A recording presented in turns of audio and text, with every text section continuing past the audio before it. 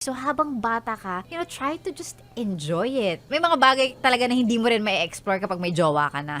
Alam mo, there's this one, hindi ko maalala kung quote ba yun or it's an article. Parang dun sa article na yun, parang sinasuggest nung nagsulat na hanggat kaya nyo, wag muna kayong magjojowa ng bata pa kayo. Aray ko!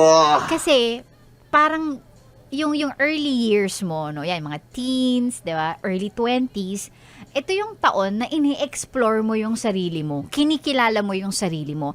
Now, kung masyado kang maagang magjojowa or masyado kang maagang papasok sa isang serious relationship, at some point na nahihirapan kang kilalanin yung sarili mo because nakatether ka na. Nakatether! Nakaano ka eh. Naka-connect ka na sa isa pang tao. And alam mo naman tayo pag bata tayo eh, kapag meron tayong relationship, kahit hindi natin gusto at kahit ayaw nating aminin, that relationship, at some point, somewhat, becomes like super laking factor ng mundo natin, ng everything.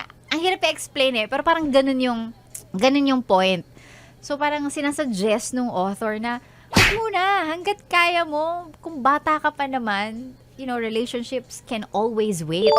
What you have to prioritize is yung kilalanin mo yung sarili mo and mahihirapan kang gawin yun kung meron kang relationship. Kasi syempre kapag in a relationship ka, you somewhat, parang pareho na kayo eh. Kasi like kayo magkasama, like kayo magkausap, magiging pareho kayo ng opinion at some point.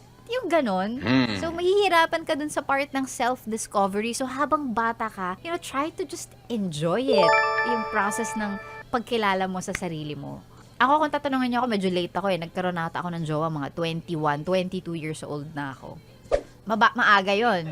Maaga yun, ha?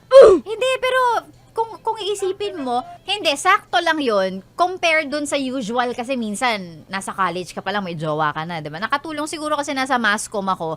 Wala masyadong lalaki dun. Aray ko! Puro Becky. Puro LGBT, be. So, wala talaga, diba? So, kaya siguro hindi rin ako nakapag-boyfriend. Meron, fling, kausap, ganyan. Pero like yung boyfriend talaga na set on stone boyfriend kita, 21, 22 years old na ako noon. Nagtatrabaho na ako noon. Wow. Kung iisipin ko, parang medyo maaga pa nga yun. Kasi parang may mga bagay talaga na hindi mo rin may explore kapag may jowa ka na.